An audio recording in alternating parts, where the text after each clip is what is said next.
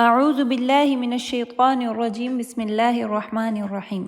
جب شیطان لوگوں سے اللہ سبحانہ و تعالیٰ کی ناشکری کروا لیتا ہے تو ان لوگوں میں آہستہ آہستہ وہ خصوصیات پیدا ہونے لگ جاتی ہیں جو شیطان کی خصوصیات ہیں، مثلاً تبذیر کرنا یا اسراف کرنا۔ اگر ہم غور کریں تو وہ لوگ جو ناشکرے ہوتے ہیں وہ بہت ہی ویسٹ فل ہوتے ہیں۔ ایسے لوگ اپنی زندگی میں موجود چھوٹی چھوٹی چیزوں کے بارے میں احتیاط سے کام نہیں لیتے اور اللہ سبحانہ و تعالیٰ کی دی گئی نعمتوں کا ضیاع کرتے رہتے ہیں۔ جیسا کہ ہم نے اکثر دیکھا ہے کہ مسجد میں جب لوگ افطار کرنے جاتے ہیں تو تھوڑا سا کھانا کھا کر باقی سارا کھانا پلیٹ میں چھوڑ دیتے ہیں اور ان کو کھانے کے اس ضائع ہونے سے کوئی مسئلہ بھی نہیں ہوتا۔ یہ ناشکرے پن کی نشانی ہے۔ اللہ سبحانہ و تعالیٰ قرآن میں فرماتے ہیں ان المبذرین کانوا اخوان الشیاطین، وہ لوگ جو کثرت سے چیزوں کا ضیاع کرتے ہیں، تبذیر کرتے ہیں، وہ شیطان کے بھائی ہیں۔ نبی صلی اللہ علیہ وسلم نے ہر طرح کی چیز میں اسراف اور ضیاع کو ناپسند کیا ہے، چاہے وہ ہمارا لباس ہو یا کھانا ہو۔ ہم وہ لوگ ہیں جن کو نبی صلی اللہ علیہ وسلم نے نصیحت کی ہے کہ تب تک کھانا نہ کھاؤ جب تک بھوک نہ لگے، اور کھانا سیر ہو کر نہ کھاؤ بلکہ تھوڑا اپنے اسٹمک کو خالی رکھو۔ عائشہ رضی اللہ تعالی عنہا نے فرمایا کہ نبی صلی اللہ علیہ وسلم کی وفات کے بعد پہلی بدعت جو مسلمانوں میں آئی وہ یہ تھی کہ لوگ پیٹ بھر کر کھانا کھانے لگے۔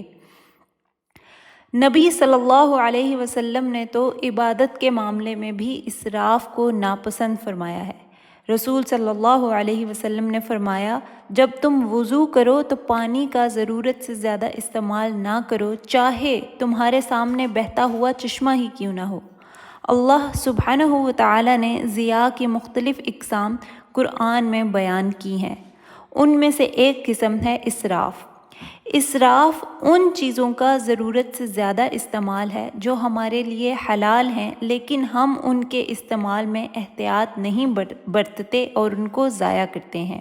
جیسے اللہ سبحانہ و تعالی قرآن میں فرماتے ہیں وَكُلُوا وَاشْرَبُوا وَلَا تَسْرَفُوا، کھاؤ اور پیو مگر چیزوں کا اسراف سے استعمال مت کرو۔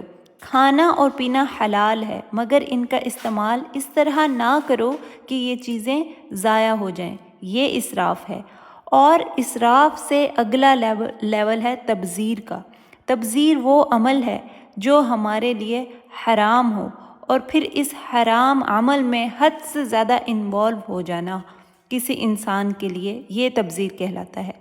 اللہ سبحانہ و تعالیٰ نے فرمایا کہ وہ لوگ جو مسلسل تبذیر سے کام لیتے ہیں وہ شیطان کے بھائی ہیں۔ اب شیطان کے بھائی ہونے سے کیا مراد ہے؟ علماء کے مطابق شیطان کے بھائی ہونے کی 3 ڈیفینیشنز ہیں۔ ایک تعریف تو یہ ہے کہ شیطان مسلسل اس تبذیر کرنے والے شخص کے ساتھ ہے اور وہ انسان مسلسل شیطان کے ساتھ ہے اور کبھی اسے نہیں چھوڑتا۔ یہ رائے زیادہ تر علماء کی ہے۔ مثال کے طور پر جو آدمی بہت زیادہ سفر کرتا ہے اس کو عربی میں کہا جاتا ہے اخو السفر، سفر کا بھائی۔ اسی طرح جو انسان مسلسل شیطانی کام کرتا ہے، حرام کام کرتا ہے، اس کو کہا جاتا ہے اخو الشیطان، یعنی شیطان کا بھائی، کیونکہ وہ مسلسل شیطان کے ساتھ ہے، اس کی موجودگی میں ہے۔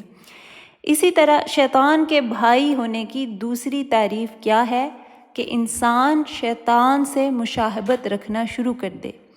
جیسا کہ قرآن میں آتا ہے کہ مریم علیہ السلام کو لوگوں نے پکارا یا اخت ہارون، او ہارون کی بہن، کیونکہ وہ اپنی عبادت کی وجہ سے ہارون علیہ السلام سے بہت مشابہت رکھتی تھیں۔ جیسے ہارون علیہ السلام بہت زیادہ عبادت گزار تھے، اسی طرح مریم علیہ السلام بھی بہت زیادہ عبادت گزار تھیں، اسی وجہ سے لوگوں نے ان کو پکارا اخت ہارون، ہارون کی بہن۔ اسی طرح شیطان کے بھائی ہونے سے ایک مراد یہ بھی ہے کہ شیطان سے مشابہت رکھنا۔ اور شیطان کا بھائی ہونے کا ایک اور مطلب یہ بھی ہے کہ ایک دوسرے کی مدد کرنا، یعنی انسان شیطان کی مدد کرے اور شیطان انسان کی مدد کرے، اور یہ مدد کس طرح کی جاتی ہے شیطان کی؟ مسلسل حرام کام کر کے، کیونکہ اس طرح مسلسل حرام کام کر کے انسان شیطان کے مشن کو مسلسل جاری رکھتا ہے۔ جب کوئی شخص مسلسل حرام کام کرتا ہے تو وہ شیطان کے اعتماد میں اضافہ کرتا ہے۔ اگر کوئی انسان نشہ کرے تو ہر دفعہ جب وہ نیا نشہ خریدتا ہے تو وہ نشے کے کاروبار کی مدد کر رہا ہوتا ہے، اس کو فلرش کر رہا ہوتا ہے۔ اسی طرح حرام کام کرنے والا شخص حرام عمل کر کے شیطان کے کاروبار کی مدد کر رہا ہوتا ہے، اسی طرح وہ شیطان کو مضبوطی پہنچا رہا ہوتا ہے، اور اسی طرح وہ انسان شیطان کو یہ اعتماد دے رہا ہوتا ہے کہ وہ لوگوں کو راہ راست سے بھٹکا سکے۔ تو یہ تینوں مطلب اس آیت کی تفسیر کو بیان کرتے ہیں، جس میں تبذیر کرنے والے لوگوں کو شیطان کا بھائی کہا گیا ہے، اور ہم اللہ سبحانہ و تعالی سے دعا کرتے ہیں کہ ہمیں شیطان کا پیروکار کرنے سے بچائے، اور اللہ سبحانہ و تعالی ہمیں شیطان کے پیروکاروں سے بھی بچائے اور ہمیں اپنا محبوب بندہ بنا لے، آمین یا رب العالمین۔ اذا ما قال لی ربی اما استحییت تعصینی ولا تخشى من العتب